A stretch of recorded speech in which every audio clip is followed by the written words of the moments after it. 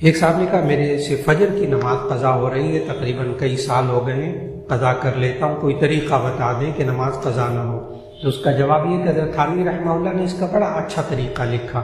حضرت مولانا اشرف علی تھانوی رحمہ اللہ نے لکھا کہ جب بھی نماز قضا ہو تو قضا نماز پڑھیں اور دونوں ہاتھ اٹھا کر یہ دعا کریں، اے اللہ مجھے وقت پہ نماز پڑھنے کی توفیق عطا فرما۔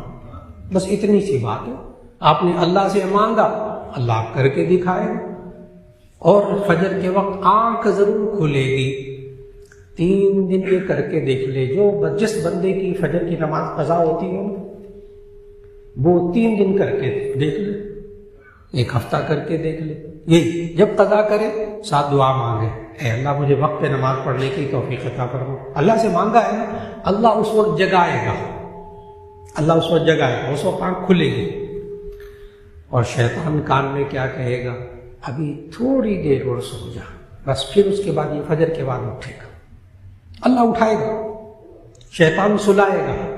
حدیث میں تو یہاں تک آتا ہے جب نماز کا وقت ہوتا ہے آنکھ کھلتی ہے تو شیطان کان پہ تھپک تھپک کر سلاتا ہے۔ بچے کو آپ سلانا چاہیں نا، اس کے کان پہ ہلکا ہلکا ماں تھپکتی سو جاتا ہے، ہاں تو شیطان ہلکی سی تھپکی دیتا ہے، ابھی سو جا، ابھی 5 منٹ باقی ہے، ابھی آدھا گھنٹہ باقی ہے۔ یہ نہیں اٹھے گا، یہ اٹھے گا فجر کی قضا ہونے کے بعد، کیونکہ اس کو شیطان نے سلایا۔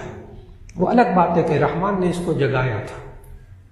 اس لیے اس کا طریقہ کیا ہے کہ جب اللہ جگائے فجر کے وقت، آنکھ کھلے، ایک دفعہ ذرا بلند آواز سے، بہت اونچی آواز نہ نکالیں، گھر والے گھبرا جائیں گے، اللہ اکبر کہہ لیجیے۔ ایک صاحب کو میں نے نسخہ بتایا کہ فجر میں جب اٹھیں تو آنکھ کھلے تو اللہ اکبر کہہ کر بیٹھ جایا کریں۔ اب اللہ کے بندہ اتنی زور سے اللہ اکبر کا نعرہ لگاتا، پورا گھر خوف زدہ ہو جاتا، کیا ہو گیا؟ نہیں، ہلکی سی آواز نکال کر اللہ اکبر کہہ کر بیٹھ جائیے۔ یہ نسخہ اصل میں کیا ہے جو نبی صلی اللہ علیہ وسلم یہ والا نسخہ سکھایا کہ اللہ اکبر کہہ کر بیٹھ جائے؟ اصل میں جب وہ اللہ اکبر کہہ کر بیٹھ جائے گا نا، اللہ کا نام لیا ہے نا، اب شیطان کی مجال نہیں کہ وہ کان پہ تھپکی لگائے۔ اللہ کا نام لے لیا، اب شیطان دور ہو گئے، بھاگ گئے ہو۔